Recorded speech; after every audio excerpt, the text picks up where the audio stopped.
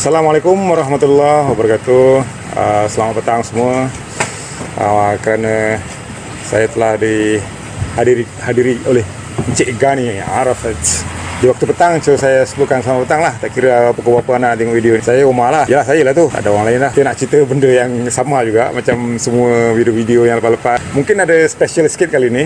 Sebagaimana yang kita tahu, majalah Kapcai ni, kita semenjak dulu dah tahu dah dia punya identity dia. Dia punya style rock bersahaja. Dan jadi saya kali ni buat secara bersahaja dan santai, relax gitulah.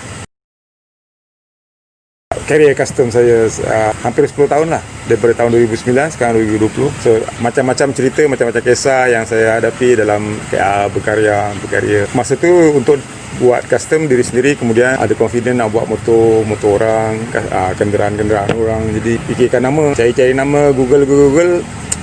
Eastern Bourbon ni rasa macam senang orang ingat kan. Lepas tu dia perkataan yang mudah, simple, tapi bak kata orang apa daripada nama, kita pentingkan hasil daripada Eastern Bourbon tu daripada nama dia. Mula suka-suka buat motor sendiri, lepas tu interesting kan, rasa macam best pula buat custom ni. Kemudian kita buatlah 2-3 custom bike dan penerimaan orang tu semuanya okey. Dia kata bagus lah kalau kau buat ni, cantik lah. Jadi kita punya perasaan terpanggil tu datang lah. Semenjak tu lah saya buat custom untuk orang-orang lain lah, customer.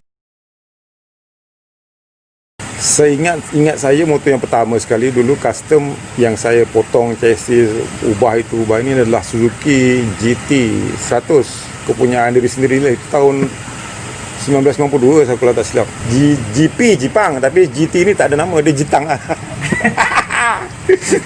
Stroke masih guna contact point. Pas saya nak tahu ketahanan macam mana yang saya akan dapat dengan hasil pembuatan custom saya yang pertama. Saya test around Malaysia, so sukses, pergi dan balik, tak ada masalah. Cuma sekali je repair contact point dekat Teluk Ramonia. Terus terang saya beritahu, saya tidak pakar dalam bahagian enjin. Antara sebabnya ialah kerana kita sudah ada pun ramai enjin repair ni kan, engineer. Orang yang buat enjin banyak, so orang buat custom sikit. Saya nak jadi golongan yang sikit tu, rare orang kata kan. Masa tu first saya bawa 5 karya saya berupa motor-motor kecil adalah di PD Bike Week tahun 2010 kalau tak silap lah, 2009 ke 2010 macam tu lah. So saya lihat penerimaan orang, dia orang kagum lah dengan hasil karya kita ni. Okay, selepas habis PD Bike Week, saya buat lagi lah motor. Masa tu memang saya punya kegilaan, keterujaan pada custom bike ni memang menggila lah waktu tu. Saya tak peduli pun tentang apa nak kata. Jadi saya pun buat lah motor banyak-banyak kan. Kononnya nanti bila kita dah custom, mungkin kita boleh jual mahal kan, buat duit lah masa tu kononnya. Tapi nampak gayanya tak apa menjadi. Macam saya tegaskan tadi, kiranya masa tu menggila. Dalam fikiran ni tengah gila. Jadi semua event yang masa tu tengah rancak, event sepanjang tahun ada berpuluh event. Jadi semua event yang saya boleh join saya sertai. Setakat Johor, Perak, Penang, semua saya pergi. Saya nak menjelaskan kepada masyarakat, ini hasil saya, korang suka tak suka, apa nak buat kan. Kalau suka, okey lah, saya buat lagi. Macam tu lah. Rock, pahit, kita tak mau cerita lah kalau boleh kan. Kita cerita yang manis-manis je lah. Kalau pergi Bike Week, memang kita bawa balik ada something lah. Tak pernah tangan kosong. Kalau tak nombor 2, nombor 1. Kalau tak nombor 1, nombor 2. Antara yang paling sengit dalam acara pertandingan ni sebenarnya, acara PD Bike Week tahun 2000 apa ni, tak ingat lah. Tapi acara tu tentang berlawan siapa motor custom yang paling panjang. So saya menang 2 inci daripada lawan saya tu. So yang lawan saya tu dia pulang dengan hampa lah, sebab dia pun bukan sesaji masuk, dia berusaha keras untuk nak menang, tapi saya menang juga 2 inci.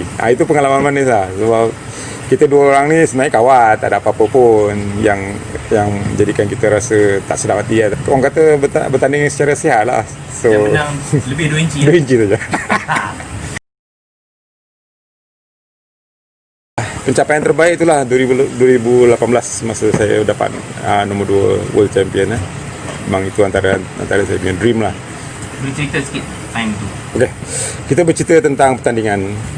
Custom bike tanpa pertandingan rasanya macam tak menarik, tak ada apa-apa yang nak diberceritakan. Okey, daripada dulu lagi kita pergi ke event nak bertanding apa semua. Orang kata buat apa nak bertanding, aku nak pakai sendiri. kata-kata tu keluar daripada siapa? Daripada orang yang tidak tahu berkarya. Tapi sejujurnya rasa saya, kalau awak tahu berkarya, awak nak tahu sebaik mana karya awak tu, awak kena bertanding. Gitu saya punya moto lah, saya punya prinsip, falsafah awak kata kan. Setelah beberapa kali menang di Malaysia, saya cuba menyimpan hasrat untuk keluar. Kita nak bertanding di luar. Setakat manakah kita punya boom tu di luar nanti kan. Saya tanam cita-cita semasa mula-mula nak buat custom dulu. Satu hari saya akan berada di pertandingan peringkat dunia. Alhamdulillah 2018 saya mencapai saya punya impian tu. Walaupun tidak sehebat menjadi juara seperti yang saya impikan, saya ingin menjadi orang yang custom builder yang terbaik dunia lah kan. Tapi dapat nombor 2 pun, dia kata dah cukup bagus nombor 2. Orang yang dah 10 tahun datang bertanding pun tak ada apa-apa pun ada. Sebagai contoh mudah dia tu, yang jadi champion tu 10 tahun dah dia mencuba untuk menjadi sesuatu yang baik lah di AMD. Tapi baru masa tu dia ada builder yang baik, ada motor yang baik, so dia dapatlah menjadi champion. Ada satu waktu tu Omar telah pun hilang daripada Malaysia. Telah pergi ke mana masa tu? Okey, ada Explanation. Menjadi kalau dalam dunia custom dekat Malaysia ni macam jadi satu fenomena hot lah masa tu. Omar telah keluar daripada Malaysia. Okey, ke mana masa tu? Saya tak tahulah apa tanggapan dan apa situasi penceritaan orang tentang saya masa tu. Tapi oleh kerana macam kita berbalik pada cerita tadi, kita rasa macam kita bagus di negara sendiri. Tapi bagus ke di negara orang? Kita kena cuba kan. Dengan tekad dan iktikad saya tu, visi dan misi ya. Macam itulah bunyi dia. Visi dan nurse. So saya mesti cuba di luar. Kemudian yang dikatakan hilang tu, saya pergi US. Walaupun saya tak dapat apa yang saya hajatkan untuk menjadi bike builder yang baik di sana, saya dapat ilmu, banyak ilmu yang saya dapat. Selepas saya pergi US, saya pergi Abu Dhabi, saya pergi ke Japan, Filipina, banyak negara-negara saya pergi, saya untuk nak mengembangkan lagi saya punya ilmu. Sebab saya nak berada di, ya macam Encik yang dia cakap tadi, saya berada on top. So saya kena belajar apa yang ada di top tu kan, betul tak? Jadi saya pun ke US, ke luar, ke tengok negara scene orang punya custom macam mana, baik ke tak baik ke setakat dia orang cuma kita boleh beat ataupun bawah kita cara pemikiran dia orang kan. Itulah. So, alhamdulillah daripada pengalaman ilmu yang saya kutip selama beberapa tahun tu, saya cari ilmu. Saya terfikir untuk masanya sudah sampailah untuk saya bertanding di luar negara, dan saya tahulah apa saya nak buat masa tu. Maka terciptalah Bone X yang sebagaimana semua orang tahu, dapat tempat yang baik, dapat nombor 2 di kejohanan tersebut. Bone X dicipta di bawah garas ni je. So dia bengkel yang sempoi, orang kata sempoi gila lah. Kalau ni serius cakap, AMD punya CEO datang pun dia tengok, dia geli kepala. Oh, Bone X berasal dari sini. Yes. Sebelum ni kita pandang tinggi pada US dengan custom bike, dengan kisah Oyos dia tentang Orange County. Apa yang saya dapati di sana tidaklah seperti yang dicerita-ceritakan dan apa yang kita anggap kehebatan di US tu. Rata-rata builder kat sana pun macam dah tepu, macam tak ada idea baru, dia pusing-pusing itu juga kan. So yang kita boleh belik satu karya tu lama-lama tak ada. Ini secara jujur serius lah saya cakap. Apabila saya ke Europe, benda yang sama juga saya dapati. Mereka masih berkisah antara cafe racer, Brad, Bobber, board tracker pun normal board tracker. Kenapa dia orang tak cuba buat sesuatu? Takut kalah ke? Ataupun takut nak cuba benda yang baru ke? Itu saya tak faham lah. Tapi memang kenapa mereka tak berani nak membuat sesuatu? Adakah mereka tak mampu? Ataupun takut nak membuat sesuatu, takut kena ejek ke apa, tak tahu lah kan. Itulah. Sebab tu saya dengan berani je, dengan rasa tegas, dengan rasa rendah diri, saya nak buat satu benda yang boleh menyebabkan dia orang terguling-guling. Aduh. So benda tu terjadi. Masa saya di AMD, banyak yang hi, you are number one. Oh really? Yes. Oh, okay, thank you very much. So memang daripada dulu kisah hadiah ni tak pernah orang bercerita kan. So saya tak berani pun nak buka mulut kepada organizer macam mana hadiah yang akan saya dapat apabila saya menjadi champion. Sampai ada mitos-mitos keluar cerita yang mengatakan boleh dapat 10,000 kalau menang AMD. Saya tak anggap itu sebagai saya punya goal. Saya punya sasaran target saya hanyalah untuk menjadi yang terbaik di antara yang terbaik. So, itu adalah saya punya target nombor satu saya. Duit ke apa, cash ke apa, benefit lain, saya fikirkan itu adalah nombor dua, nombor tiga lah. Saya nak buktikan yang Malaysia, negara kecil ni, ada orang yang baik yang boleh kalahkan orang yang terbaik dunia. Apabila saya dah kembali yang perjalanan saya terakhir ke Ohio, saya kerja dengan Cleveland. Sebab ya, kita bercerita tentang benda lain dulu lah. Andai katalah saya belum ada tanggungan anak bini, mungkin saya akan menetap di sana terus, sama ada US, UK, Europe ataupun whatever lah. Tapi oleh kerana saya ada anak isteri yang perlu ditanggung, dan hajat saya tu untuk menambahkan penuh ilmu yang di dada ni tak tercapai so far. Jadi paling lama saya berada di luar 3 bulan, dan kali terakhir yang saya pergi tu 2 bulan di Cleveland. Kat situ pun saya banyak belajar tentang builder US ni. Antaranya macam mana nak bagi kita punya hasil tu jadi yang terbaik lah. Maknanya gitulah. Kita nak jadi yang baik-baik je. Baik dan terbaik gitu. Apabila pulang, saya punya minda ni dah berubah daripada dulu. Maknanya kita rasa lebih cool, lebih matang, lebih relax. So tak perlu rushing. Apa benda yang nak dikerjakan pun saya tak tahu kan. Jadi kalau kita dah pulang dengan kejayaan nombor 2 tu, saya sudah cukup bagus. Cuma saya akan pergi lagi untuk mengulangi dengan Orca ni. Saya nak buktikan sebenar-benarnya yang saya boleh menjadi juara dunia. Jadi dari segi mentality, saya punya fikiran pun dah, yalah, mungkin faktor umur juga. Saya dah 5 series sekarang. So, tak ada apa nak kerjakan lah. Saya apa yang kerja yang ada saya buat, saya relax. Saya tak adalah nak simpan impian yang besar-besar, nak jadi kaya raya ke, tak ada. Habiskan sisa yang ada ni dengan hati yang tenang. Saya tak nampak lagi builder-builder baru yang betul-betul berpotensi untuk pergi jauh. Saya tak nampak lah. Walaupun kita dapati kelihatan banyak sebenarnya builder-builder baru yang lahir macam cendawan tumbuh sekarang ni. Saya tak tahu definisi builder tu yang macam mana. Setakat kerat belakang tu dah ada panggil builder ke? Sebab real builder yang betul-betul boleh buat daripada from scratch sampai jadi motor, sampai boleh menyakitkan mata, silau lah, macam boleh menang pertandingan lah kan, kiranya.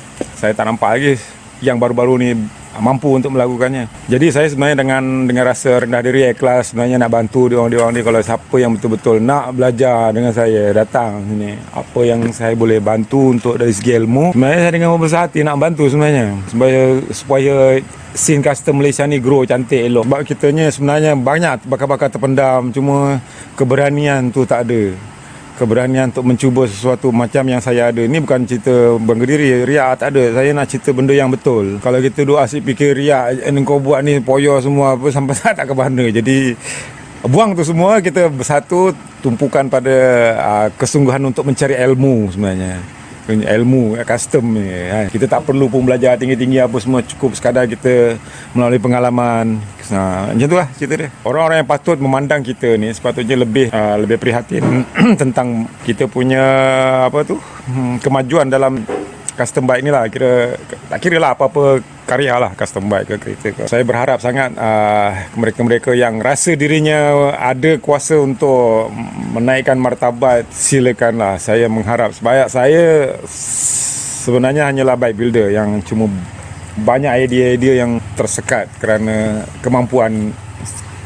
I'm just bike builder, I'm just a human. Saya tak tahu pun sama ada benda ni berlaku hanya pada saya ataupun berlaku kepada orang lain yang mengalami kesukaran dalam bercustom bike. Pada saya kelas cakap saya tak ada masalah tentang berkarya. So apabila tak ada siapa lagi nak buat motor dengan saya akan buat motor saya sendiri, gitulah. Sebab ini passion dalam dalaman kita kan. Sebab saya benda ni daripada kecil lagi lah, bukan dah besar-besar baru terikut. Sebab saya betul-betul interesting masa darjah 1. Saya tengok satu buku tu, ada satu kisah budak tu dia pegang roket tau. Saya betul-betul interesting dengan roket yang dia buat tu. Justru saya suka benda-benda yang macam tu lah. Dan adakah anda telah mendaftar menjadi seorang ahli parti roket? Soalan cenggam. Selain beroket, benda-benda terbang lah, macam aeroplane. Saya suka tengok buku-buku dalam perpustakaan tu. Saya tengok apa airplane je lah, macam fighter ke. Kalau kereta pun yang future-future, yang diorang Back to the Future. Back to the Future. Tu macam power gila lah. Terbang.